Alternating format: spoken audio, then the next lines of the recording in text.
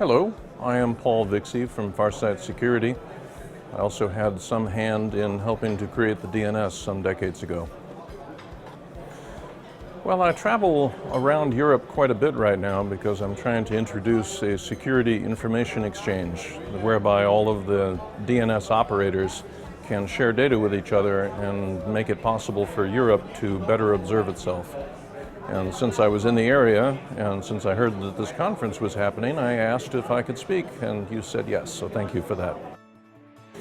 So this conference is a special example, right? It is not like, say, RSA or Black Hat or any of the really large conferences that might have thousands of vendors and tens of thousands of people who are trying to learn whatever they can. This is small and it's focused, and a lot of the people know each other or they know their vendors, and it seems to be mostly dominated by practitioners rather than buyers and sellers. And so the conversations I've been part of and the conversations I've overheard are a lot more about how to make things safer and a lot less about how to make a lot of money doing it. And so I really love this kind of thing. It's, by being small and being focused, being regional in this way, it really adds value. Well, some of the things that we would have to do to become safer are simply intractable, right? If you think back to the time before the internet was an everyday thing used by everybody on the planet, we were safer. Our transactions were safer, our assets were safer. The world was generally safer before the internet came.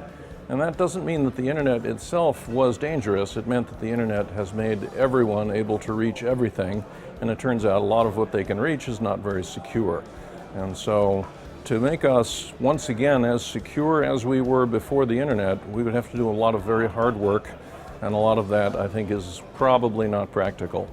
But there are some things we can do, and that's just to reason from inevitabilities. We all live, in a sense, in glass houses. We are all in the same community, we are all equally reachable, we're all buying our technology from the same vendors, we're writing things in the same programming languages, we're hiring the same people. And what that means is that none of us in the long run is going to be safer than our neighbor, and that we have to act as a community, we have to act more like a village, so that we are watching out for each other and not simply trying to have it be that, well, everybody else got attacked, but I didn't, and so that's okay, because it isn't okay. Because it means your transactions with the people who are successfully attacked will represent losses to you. So we really need this to be a community-oriented activity. We can't be looking at this as how do we grab market share. We have to look at how can we increase capacity on the defense side. I have two, and one is my day job in Farsight. We are not in the network reputation or threat intelligence business. It's very difficult for the analyst to categorize this company because we're observational in nature. We help our customers learn the context of other transactions, or learn the context of their attackers, or learn the context of their own network. And so by being observational in that way, we're trying to fill a gap. We're trying to have it be that an intelligent, well-motivated defender can build their own tools and do their own in-house integration and make themselves safer by being smarter about themselves, the environment, the attacker. And so that's one approach. Another approach, which I'm involved in here in Europe, we have a nonprofit company called SIE Europe. It's headquartered in Karlsruhe in Germany, therefore in the heartland of the GDPR.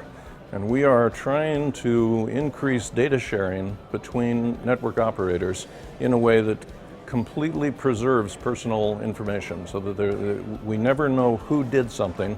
All we know is what part of the internet was answering it, and this turns out to be enough. DNS is our first target. Right now we're sharing a lot of DNS information between DNS operators.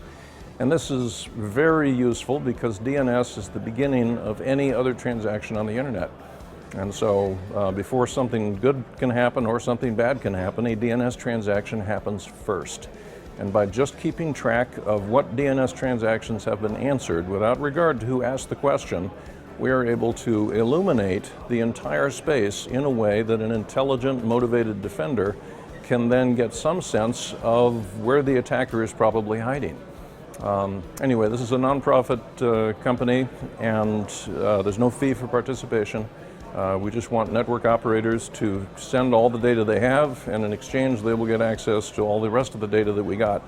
And it is working. Deutsche Telekom and DCSO were my launch members, and we are talking to a lot of other telcos, universities, large enterprise, pretty much anyone who runs their own name service is a possible candidate for this, and it's working, it's taking off, and I think we need more efforts of that kind.